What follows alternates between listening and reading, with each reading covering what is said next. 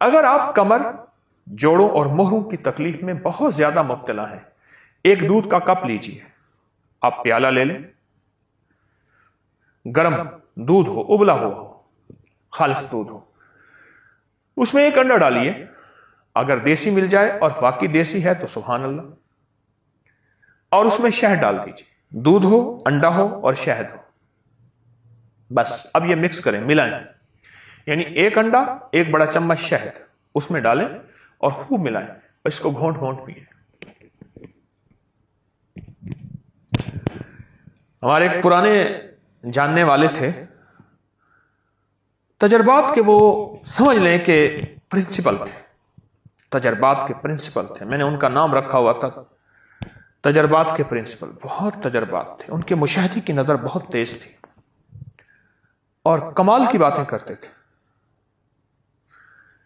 مجھ سے کہنے لگے، حکیم صاحب آپ کو پتا ہے کہ مرد کب بوڑھا ہوتا ہے؟ میں نے کہا نہیں۔ کہا جب انڈا، دودھ اور شہد چھوڑتا ہے مرد بوڑھا ہو جاتا ہے، ختم ہو جاتا ہے۔ میں اس کی بات سن کے حیران ہوا، بہت پرانی بات ہے۔ پھر میں نے لوگوں کو بتانا شروع کر دیا، اور جس نے بھی کیا کہنے لگے یہ پرانی ریت روایتیں تھیں ہمارے بڑوں کی، ہم نے چھوڑی اور ہم کہاں سے کہاں گھوم گئے اور گم ہو گئے۔ اور واقعی اسی طرح یہ ٹوٹکا جوڑوں کا علاج ہے، کمر کا علاج ہے، پٹھوں کا علاج ہے اور مہروں کا علاج ہے۔ یہ چھوٹا سا ٹوٹکا تو ہے۔ مجھے یاد ہے کہ میری نانی اماں کی بڑی بہن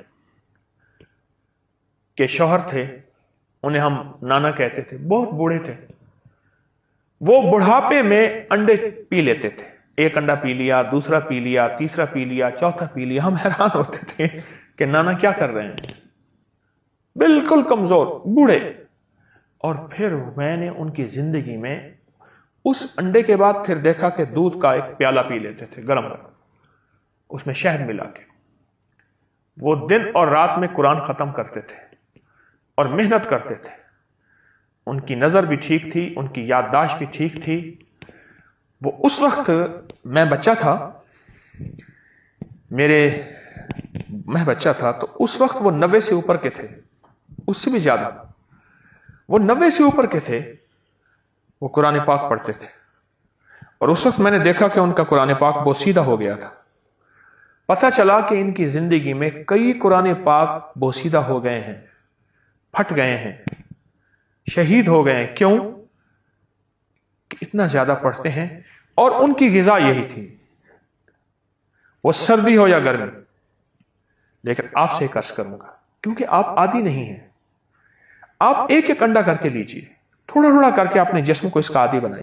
تو میں عرض کروں گا کہ آپ پہلے ایک انڈا، ایک کپ دودھ اور ایک تھوڑا سا شہد، اس کو معمول میں لے آئیں،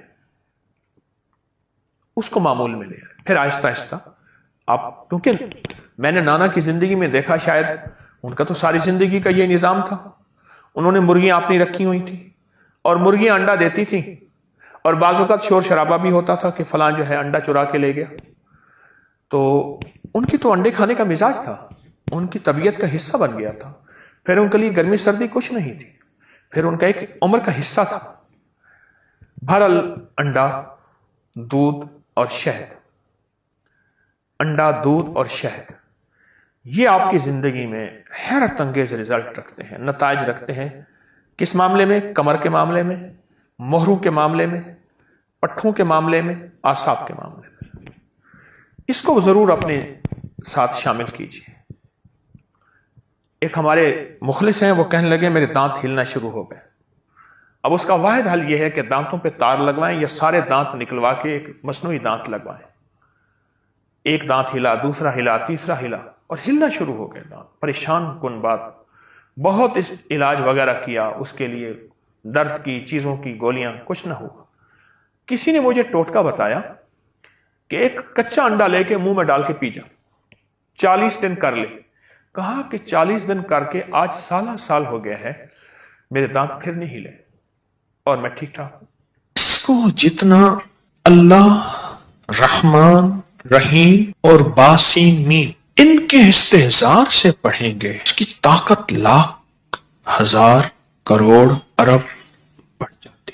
اب یہ استحزار کیا ہے، اس کو ذرا میں کھولوں گا۔ اگر آپ نوافل یہ ان کیفیتوں کے ساتھ پڑھ لیں، وقت آدھا گھنٹہ اور لگ جائے گا، گھنٹہ اور لگ جائے گا۔ دکھی تو ویسے ہی ہیں، دکھوں کی زندگی تو ویسے ہی گزاری ہے، تو ایک دکھ اور لے لیں پڑھائی کا، توجہ کا۔ کیوں؟ توجہ کے لیے اپنے اوپر جبر کرنا پڑتا ہے، جبر کرنا پڑتا ہے، جبر کرنا پڑتا ہے، پڑتا ہے۔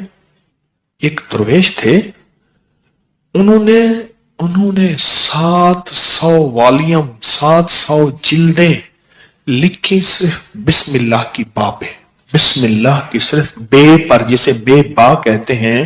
700 جلدیں لکھی کہ بسم اللہ کی با کے اندر کیا کائنات کے راز پوشیدہ ہے۔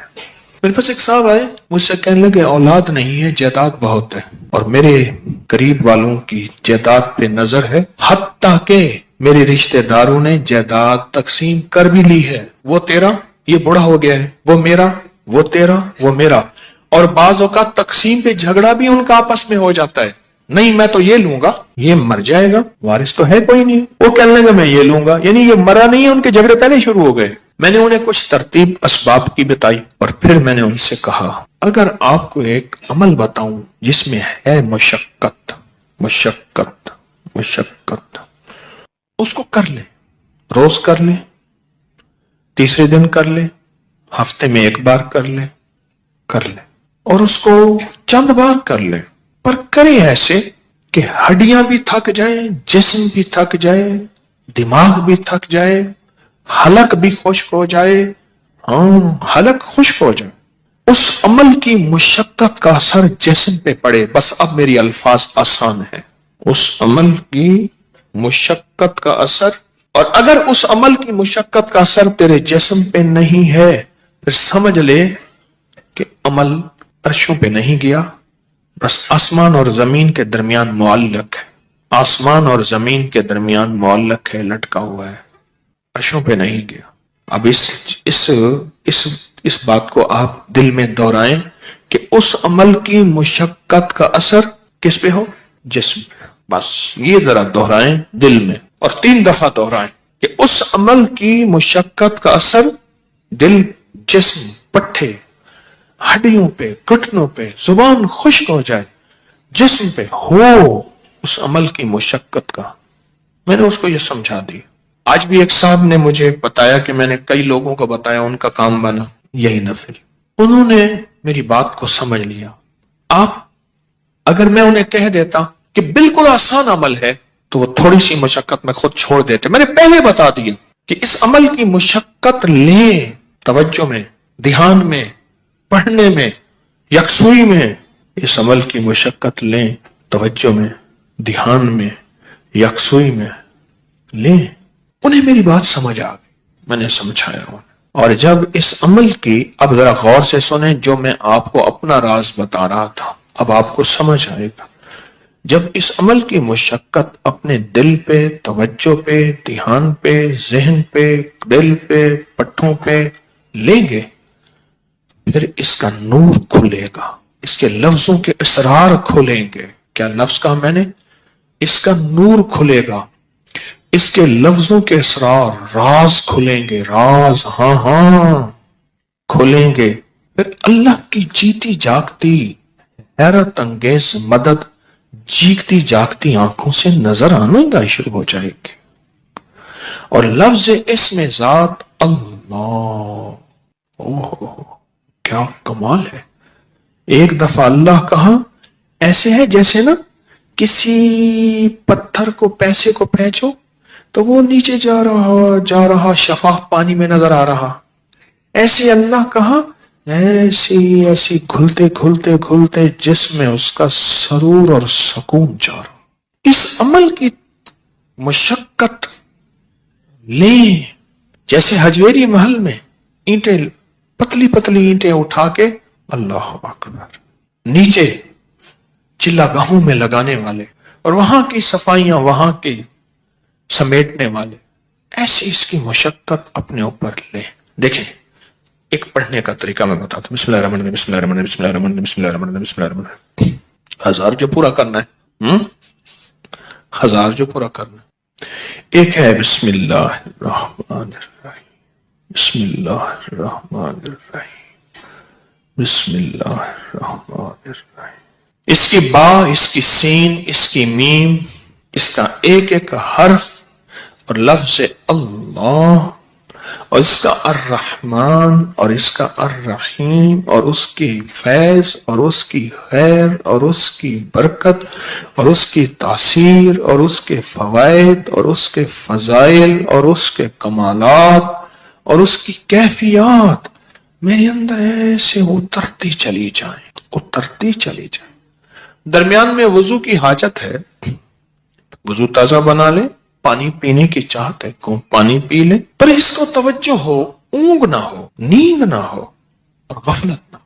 یہ میرے اوپر چیز اللہ نے کھولی اپنے نام کی برکت سے، یہ کھولی. اور اس کو اس توجہ کے ساتھ بسم اللہ الرحمن الرحیم کو اس توجہ کے ساتھ بس پڑھیں، ڈوب کے، نہ ادھر دھیان، نہ ادھر توجہ، نہ موبائل ساتھ ہو، نہ کلاک سامنے ہو، نہ گھڑی سامنے ہو، نہ کسی کی آواز کانوں میں ہو، کچھ بھی نہ ہو. یکسوئی، یکسوئی، یکسوئی، کوئی چیز سامنے نہ. ذرا یہ پڑھ کے دیکھیں تو صحیح. وقت زیادہ لگ جائے گا، صرف دل کو سمجھانے والی بات ہے. وہ کیا سمجھائیں؟ تو زندگی میں دکھ گزارتے گزارتے، زندگی کی تکلیفوں میں وقت گزارتے گزارتے دل تجھے پتا ہے تو کہاں سے کہاں نکل گیا. تیرا وقت، تیری زندگی ایسے گزر گئے، کہاں سے کہاں چلا گیا. اے دل، تھوڑی سی یہ مصیبت نہیں، یہ مشقت نہیں، تھوڑی سی یہ برداشت کر لے. چلو مشقت ہی کہہ دے، یہ برداشت کر لے.